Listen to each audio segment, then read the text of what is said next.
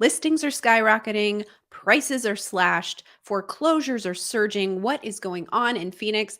You guys, I'm here to talk about what's going on in Phoenix. There are so many headlines that honestly have begun to infuriate me because this information is not correct or it's misconstrued. So, I'm going to show you the real numbers of what's going on in Phoenix. And I'm not here to share this because I'm trying to convince anyone otherwise. And I could be totally off here. There could still be some sort of a real estate crash, especially in Phoenix. All I'm talking about is what we see in the data today and in the near future, what that could turn into. And I hate to break it to you, but it's none of those things in those scary headlines or YouTube videos. So let's get into it. Let's start with active listings because this has come up not once, but multiple times, not only here on YouTube, but also on TikTok, of people telling me that listings have been surging and we have massive inventory in Phoenix. And that's exactly what happened in 2008. And that's why we're going to have a housing crash. So let's look at the data, okay? So listings have surged. You know what? You're right. Listings did surge. Let's look at 2022. We saw listings in May start to tick up from 8,000 and then got to 20,000 by October. That was a surge of listings. And this happened because mortgage interest rates increased and buyers couldn't afford to buy a house at the mortgage rate and the home prices that we were at after the massive appreciation we had over the last 2 years. So it was a combination of home buyers saying, I can't afford this, and sellers saying, crap, I think I missed the peak. I should probably list my house. And we had a lot of inventory. And 20,000 looks really scary when you're coming from 4,000 or 5,000, right? But let's compare back in time. Okay, so the last time we were in a balanced market was 2014. And let's see what the listings looked like in a balanced market. Wow, higher than the peak that we hit last year with our active listings, 24,000. And this stayed pretty consistently throughout the entire year in 2014. So, my point here is it's important to understand what people are comparing things to. So, we did see a surge in active listings, but we were at an all time low last year. And if we look and take 2014 off the screen and let's look at 2020 and 2021, of course, this is going to look really bad in percentage terms because you went from such a low level to such a high level. But in reality, when we look at the historical norms, this level actually just brought us back to normal, more of a correction, in my opinion, than any risk factor. So if we also look at 2015, let's just add some of these more normal years on the screen. 16, 17, we started to approach a little seller's market around the 17 timeframe. So inventory started to go down a little bit. But all of this, if you just keep an eye on the yellow line here, it is well within all of these years in terms of active listings and normal inventory. So be warned when people talk about listings surging or active listings or too much inventory in Phoenix, etc. Remember this graph and remember where we're at today, that 20,000 is actually well within the norms of where Phoenix should be. We've just been severely undersupplied for the last couple years. And take note that this pink line over here is our 2023, and this has been going down. So listings are not surging currently. Let's talk next about this foreclosure crisis that we're seeing, right? There's going to be this massive wave of foreclosures. And I know many people are going to say it's just the beginning, just wait. But people were saying this a year ago. There's going to be massive foreclosures in 2022. So at a certain point, when do we stop talking about massive foreclosures coming our way? So over here, obviously, this is where we're at today in 2023. These bars look pretty low compared to where we were at in those big foreclosure years of 2008 to 2009, 2010.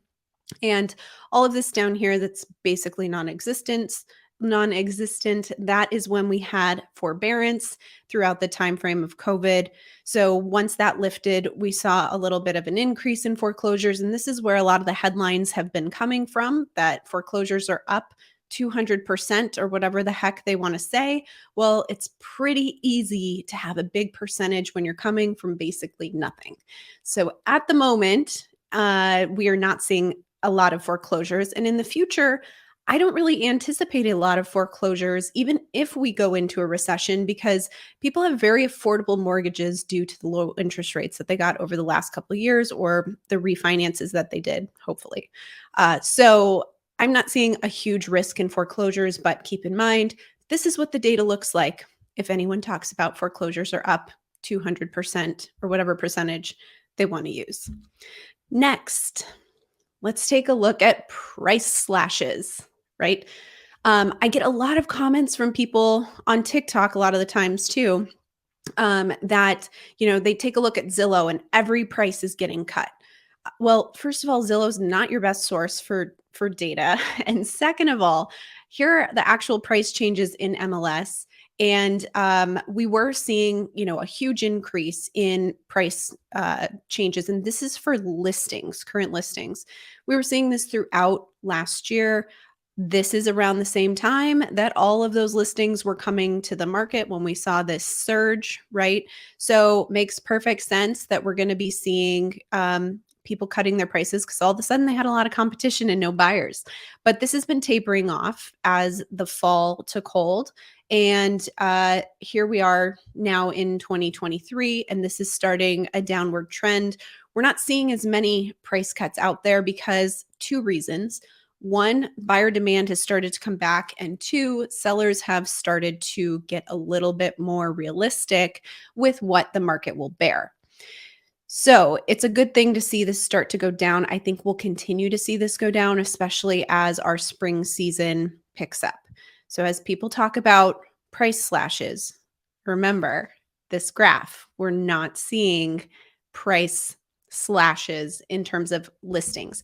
It's also important to remember what listing prices are versus sale prices versus under contract prices, because people just say prices all the time and it depends on where you're at in the process. Sales prices are lagging indicators because those were negotiated 1 to 2 months ago, and list prices are just wish prices, right? That's just what someone's hoping they'll get for their property. It doesn't mean that that's what it's valued at. So you really have to be careful when you're listening to people talk about prices and understand what type of price they're talking about and if it makes sense what they're trying to construe from that information. Price to list price ratio. Now, I wanted to show this because I think this is really interesting. This graph looks horrific when you look at April 22 to December of 22.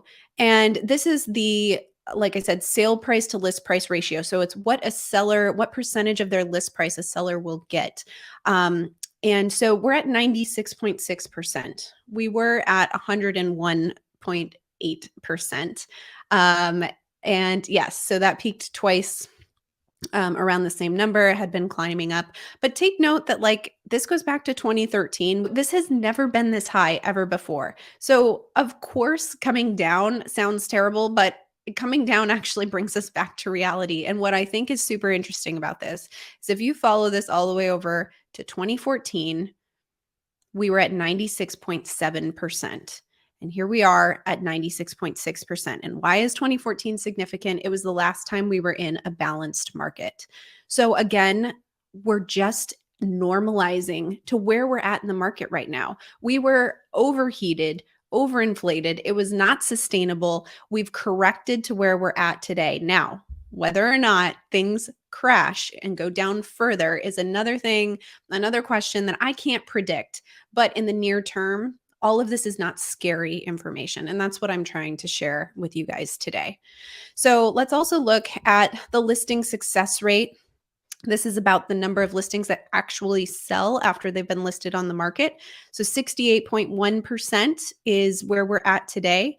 If we look back to our crazy years, we were at 89%, 92%, all the way up to almost 93%. Yeah, 93% there. And so here we are at 68%. Again, this sounds really, really bad, but let's just throw 2014 on the screen and let's see what that looks like. It's quite interesting how we're starting to get much closer to where that's been. Once we finally came out of the clouds last year, we matched it, we went below it. Now we're kind of coming back to 2014. So again, the listing success rate being at 68% isn't the most terrifying thing in the world. It's definitely a little bit lower, but so far, the way that we've started out this year, we're on the same path as these balanced market years. So, listings are selling, listings are successful. We do have buyers buying them. It really depends on the price that you choose, because that is the biggest hurdle to get over. You have to be in touch and in reality with prices these days because they're not last year's prices. But we are having a pretty normal listing success rate. And then let's talk about sales prices because this is something everyone loves to talk about. I had someone comment on my TikTok the other day when I was talking about the market heating up, and they said that sales prices have been come down 10% in Phoenix, and basically thought I was crazy. And I was like, no, actually, they've come down 14%. It's worse than what you're saying. But here's why that's okay. Again, we were overheated, overinflated. So 474 was the peak of price last year. I think actually 475. And here we are today at 412. 410 now in January.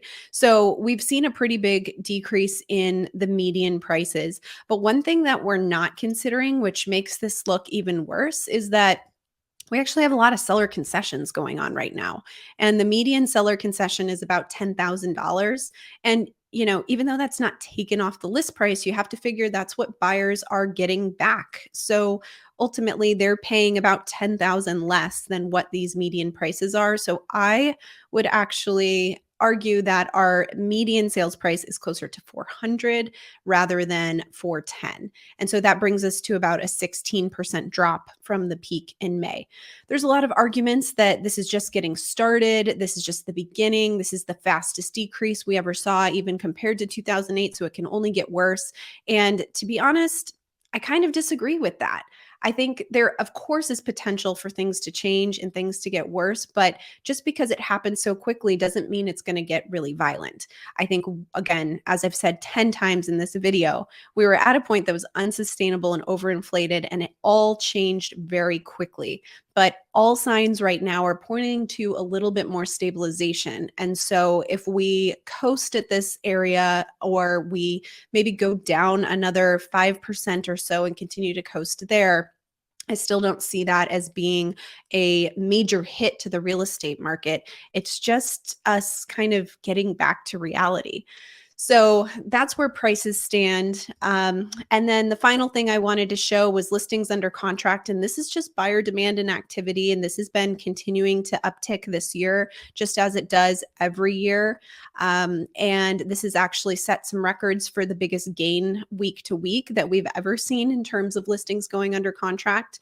Now, this week, rates weren't quite as nice to buyers. So this might taper off a little bit, but it still goes to show that the buyer activity is out there. And I heard in one video this week that the argument was that this is all a narrative by the media to get people to go out and buy, and that in reality, no one's actually buying. And I was blown away by the fact that someone would actually claim that and state that, because I'm in this business every day, and I can tell you, I am having buyers work with me. Buyers reach out to me about being interested in buying, and people actually writing offers and contracts. So I'm here to tell you that there isn't a fake narrative out there. A lot of people were upset by the Redfin article that I shared on Monday that stated that the market has recovered, or maybe starting to see a recovery, and we're starting to see more buyer activity out there.